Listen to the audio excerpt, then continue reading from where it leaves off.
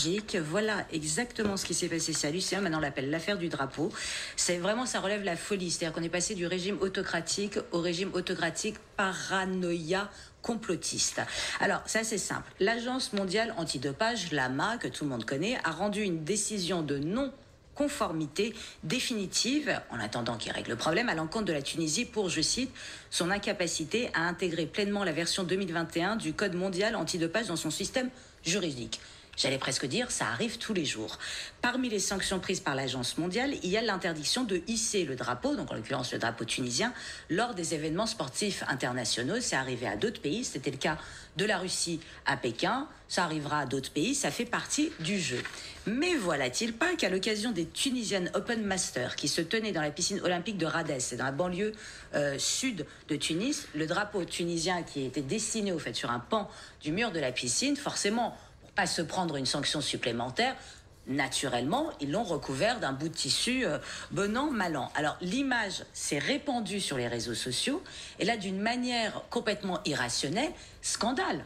Les Tunisiens, mais enfin, c'est la honte, pourquoi recouvrir notre drapeau et tout. Sur ce, le président Sayed débarque dans l'affaire, il dénonce, accrochez-vous, un crime odieux. Je dis bien un crime odieux, et il se présente à la piscine, foudrage, on l'écoute. هنا في تونس من يغطي العلم التونسي هذا لا مجال للتسامح معه. تونس قبل اللجنه الاولمبيه وقبل اي لجنه اخرى هذا اعتداء ولا مجال للتسامح مع اي كان مهما كان.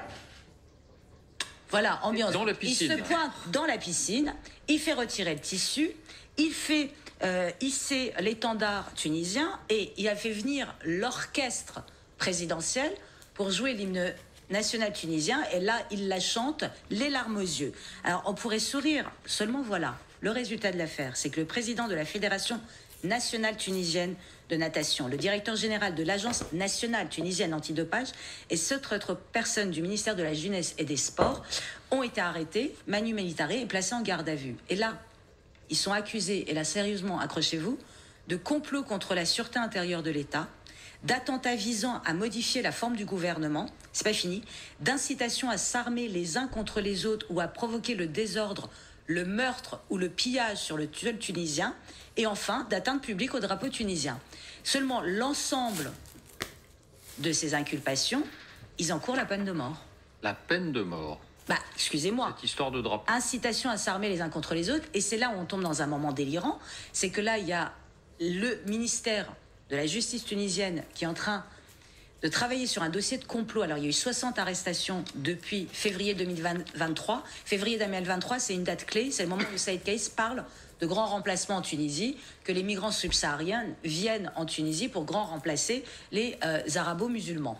Et à partir de là, 60 arrestations, tous les opposants, les personnalités de la société publique, tout le monde est arrêté sur le bras. Et figurez-vous que dans le dossier qui est instruit par la justice tunisienne, il y a Bernard-Henri Lévy, notre Bernard-Henri Lévy, qui y apparaît dans le complot contre l'État.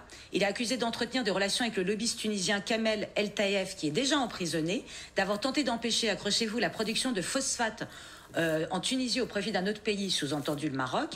Et il est aussi reproché à BHL de propager l'idéologie maçonnique, d'œuvrer à la normalisation des relations entre la Tunisie et Israël, et enfin d'être un membre du Mossad. On va ça, j'allais dire, c'est un grand classique, mais il apparaît dans le dossier. Et il n'y a absolument qu'une preuve, c'est 2 anonymes qui ont témoigné, et on se retrouve avec un... Il n'est pas capable, Saïd Kaïs, de régler les problèmes économiques, sociaux, politiques, donc il tombe dans cette espèce de paranoïa complétiste, c'est toujours la faute de l'autre, et là, en l'occurrence, c'est la faute de la natation nationale tunisienne et de BHL. On risque de toucher le fond. Oui,